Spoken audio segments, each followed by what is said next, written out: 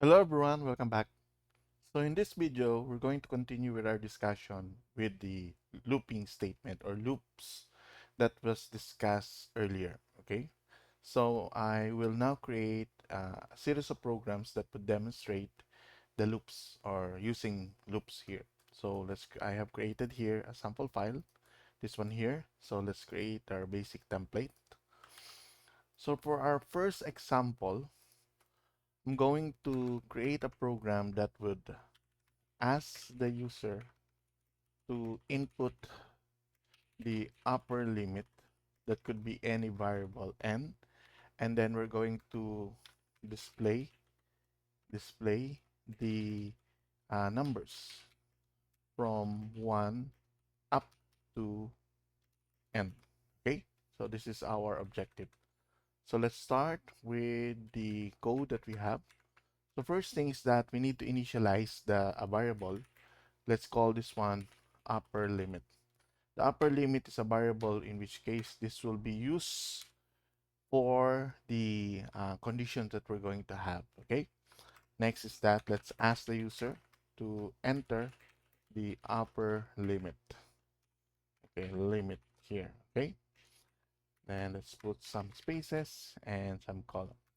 Then let's try to have our input cin, and then let's type here upper limit. So this is our variable.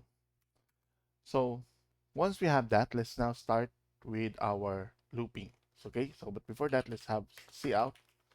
Let's say numbers from 1 to, and then let's display the variable here, upper limit, and then, sorry, and then let's have here r, okay, and then let's have some new line here. So let's start with 4. 4 int I is equals to 1, okay, I less than or equal to the upper limit variable, and then we're going to update I using our increment I++. Then here we're just going to display cout, cout, and then some spaces here, but let's display here I, and then let's have our semicolon. Okay, so this is our program code. So what we're expecting is that we will count numbers starting from 1, since we have initialized it with 1, up to the upper limit, in which case that will be our input value. Okay, so let's try our code. Hopefully this thing will work. If not, then okay. I think we have a problem with our previous code here, that is for while and do while. Let me just check. Okay, so I think I did not remark this one. Okay, let's go back here and then display the output there. So we are asked to input, sorry, we're asked to input here the upper limit. So let's say we would like to see numbers from 1 to 10. So let's have here 10. So this is the output. So we start counting from 1 up to 10, in which case 1 is our initial value and 10 is our upper limit. And then we just displayed here the numbers from 1 to 10. Okay, so how do we do it? We started with the initialization of 1, and this is our condition. So our condition is that I must be less than or equal to the upper limit. That could be any value. And then if this statement is true, then we perform this line here. So what this line is that we're just going to print the value of I and then some spaces. After we execute, we update the value of I. So since, let's say we started with 1, 1 plus 1 is 2, and then we go back here, and then I less than or equal to upper limit, yes, and then we continue with the next statement until we reach this condition here, until we reach it that will be greater than 10, and then that will stop the loop already. Okay, so this is our first example. Again, let's try the code. This time, let's say our upper limit is 15, so the numbers will count from 1 up to 15. Okay, so if there are questions, you could place them in our uh, chat box here or in the description box. So this is our first code, okay? So let's move on to the second program. In this program, since we started 1 as our lower limit, and then upper limit is the upper limit itself, why not ask the user to enter both the upper and lower limit, okay? So let's have that as our second program. So let's remark this so that we could proceed with the next set of codes. Let's create a new file. So I've named here loop1, loop code 1, and then I'll just add another file, sim file name loop code 2.cpp there. Okay, let's get our template. Okay, let me copy this one here and then paste it this one. So in this example, what we're going to do is that we're going to ask the user to input the lower limit and upper limit and display the numbers in between. So let's say, for example, if the lower limit is equals to 10 and the upper limit is equals to 15, then the output will display the numbers starting from 10 up to 15. So that's 10, 11, 12, 13, 14, and then 15. Okay, so this is what we are going to do. So let's start with our code. So first things that, let's define some of our variables. In this case, I'm going to define here two variables. Integer, I'm going to say here integer lower limit and then upper limit. So these are the two variables that we'll be needing. Next is it's going to have cout. Let's ask the user to input both lower and upper limit. Enter the lower limit and upper limit there. Then let's have our input lower limit, this one here, and then upper limit. Let's create sort of a prompt or a message. Cout. Let's tell them numbers from. Let's start with our lower limit, and then to this one here. Okay. Uh, Upper limit r, and then a backslash n. Let's start with our for loop for int I is equals to. So the starting value now will be our lower limit. Okay, so this one here equals to lower limit until I less than or equal to the upper limit that we have. And then let's update I by 1. And let's just display the numbers. So cout followed by, this will be the spaces, but let's display the value of I first and then some semicolon here. Okay, so this is our objective. So let us run our code. Run. Now this time we're asked to input the lower and upper limit. So let's say 10, then space, that will be for our lower limit, and then 15, that will be for our upper limit. So numbers from 1 to 10 are, so we counted 10 to 11, or 10 to 15 rather. Again, let's have 10, and then, sorry, 20. Then as you can see here, numbers from 10 to 20 are, we started with 10 until we reach the value of 20, okay? So in this example, as you can see in our for loop here, we started with our initial value, which is lower limit, and then we test the condition, this section here, until I is less than equal to upper limit. As long as this statement is true, that is in the range of 10 to 15, for example, or 15, then we will print out the value of I. And then once I has been printed out, we go to this section and then update the value of I, and then go back again to our condition to test whether the condition is true or false. If the program here is false or the condition here is false, then we'll continue with the rest or the succeeding part of our program. Okay? So this is our second example. Let's move forward to our third example. Let's create a new file. So let's call this loop code3.cpp. Okay, let's get our template. Okay, and then paste it here.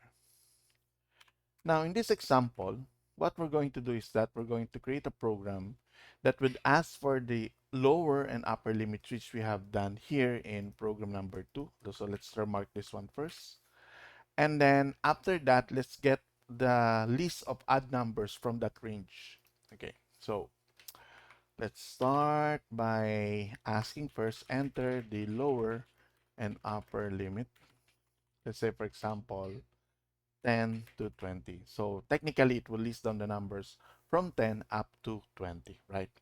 But in this case, we're going just to display odd numbers from the starting, which is 10, to the last value, and then just display the output. So in this case, from 10 to 20, all odd numbers are the following: 11, 13, 15, 17, and 19. Sorry, this one here, 19.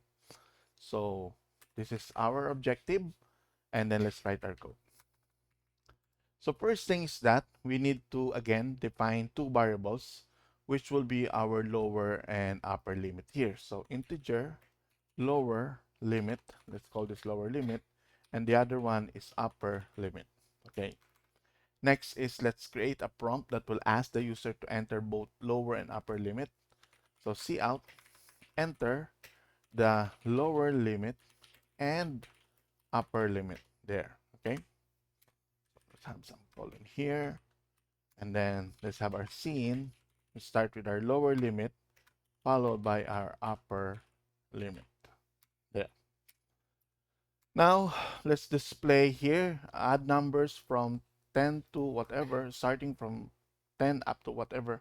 So cout odd numbers from the starting value. In this case, this is the lower limit, okay, to the variable upper limit, and then let's display the text r, okay, and again with the next line. So let's have our loop. For we already have our integer, but we need to have integer I, and let's set this one to our lower limit. The loop will continue to execute until I is less than or equal to the upper limit, and then we increment the value by 1. Okay, okay. Now, since our objective here is to display all odd numbers, so we have to create a condition. If I mod 2 not equal to 0, so this condition here is we're testing or checking if the numbers are odd. Okay, then we will display the value of I. Cout. Okay, let's have our I here, and then let's have some spaces, then by the semicolon. Okay, so let's review our code. So line 10 shows us the lower and upper limit variables. Line 12 is our prompt. 13 here is that we have asked the user to enter the lower and upper limit. Line number 15 shows us a message indicating that add numbers from the starting value, which is the lower limit, to the upper limit are. So this is the text that we'll be displaying. And then this section here is our loop. So inside the loop here, we start with our initial value where I is equals to lower limit until I is less than or equal to the upper limit. Now, then if the statement here is true, we go to this section. Inside the loop, we have the if statement, this one here, that checks if the number is odd. So we perform this operation. If the condition is true, then we print the number. Otherwise, it continues with the loop and then checks the value again. Okay, so let's test this one here. Let's run our code. Okay, So in this case, let's say we want to start with 10 up to 20. So in our previous example, or in our code, this should be the output. So let's go back here with our output. Where is it? I think I lost the output. Let's stop and run it again. Okay. So lower limit is 10, upper limit is 20. There you have. The numbers, odd numbers from 10 to 20 are 11, 13, 15, 17, and then 19. Okay? So if we increase the range, the values will still be the same. So let's say from 1 to 10. So the numbers are 1, 3, 5, 7, and then 9. Okay? So these are the codes. Again, if you have any questions, you could just write your questions in the comment section in our YouTube page. Let's proceed with our fourth program here. So since we have the odd numbers, let's create another code or program that displays all even numbers from the lower and upper limit here. So let's create a new file. Let's give it a name, loop code 4.cpp. Okay, to speed up, I will just copy the codes here, okay, and then paste it in our next code, right? But in this case, we will display all even numbers from, let's say, for example, 10 to 20.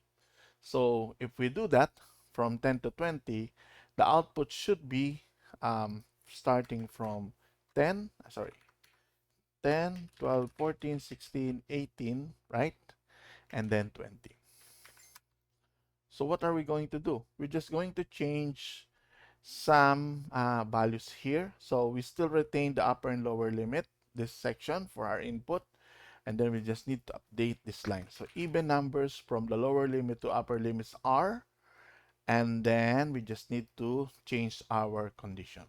So as you can see in our condition here, we set in the previous code, we set if the value is not equal to 0. So in this case, we just need to change the symbol.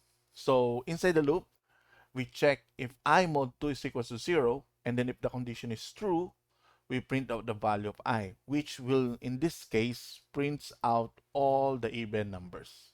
So this is our condition to validate whether the number is odd or even. If it's 0, equal to 0, and then that will display all even numbers. In our previous code here, if it's 1, if we go back, if it's not equal to zeros, meaning that's 1, that will display all odd numbers. Okay? So once we have the condition, line number 21 here will just display all the even numbers from the lower and upper limit. Okay, so let's run our code. Okay, let's start, let's say from 10, which is our lower limit, 20, which is our upper limit, and then let's enter. So as you can see here, even numbers from 10 to 20 are this one here, 12, 10, 12, 14, 16, 18, and then 20. Let's run the code again. So this case, let's say from 1 to 10. And the numbers, even numbers from 1 to 10 are 2, 4, 6, 8, and then 10. So these are examples of codes that uses loops. Actually, you could I created here the program using the for loop. We could also use the while loop here. All you need to do is to change the order, at the same time follow the syntax that that is available, and but the logic is the same. Okay, so that's it for this video. I hope you like and understand this one here. If there are questions, you can write it in our comment sections. By the way, please make sure that you subscribe. At the same time, take note that the where's that? Sorry. This is where you're going to get the codes for this tutorial. So just go to github.com/techtutorialhub slash my CPP tutorials. Okay, so all the codes that you see here will be pushed in this GitHub repository. Okay, so that's all for this video. Thank you for watching. Bye.